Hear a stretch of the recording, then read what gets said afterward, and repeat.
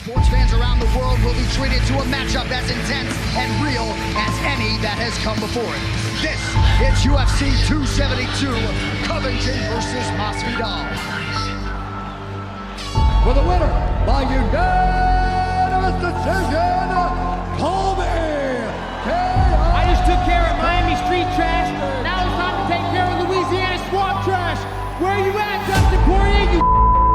You said it's on site. Name the site, Dustin. Bring that white and bring that little kid and Conor's kid, and I'll see you soon. You're next. And so I just wanted to know how you felt when you heard that. I mean, it's messed up. You don't talk about people's family, but then again, I know it's all an act and a character, but there are lines that are being crossed. He's everything I dislike about mixed martial arts. You know, he's a cartoon character. Everything he does is for an extra click, view. None of it's authentic. He can wrestle. It's tough. I've been around him for years. I know him from being around in the gym with him, you know, since 2012, 2013-ish. But he's just a fake, a phony, you know.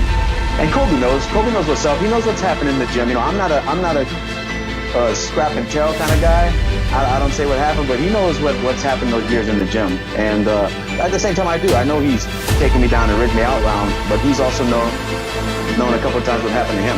Deep down inside, you know, Dustin, he's a crybaby. He's a quitter. You know, he used to quit in the gym. I remember, I'd go one round with him and just make him quit. He'd go crying to his drug addict coach, Mike Brown, you know, "Whoa, I can't beat Colby." And then I'd finish with Jorge next round and just finish him back to back. And I just remember how much of a quitter Dustin was. "Oh, this is too hard. Oh, I don't want to train. Oh, I don't want to do this." I really dislike the guy, and I've been saying, and I don't want him to make $1 off of fighting me. At least it ain't a fight. If it does happen, it's not a fight I'm gonna take any damage in. You know, this fucking guy.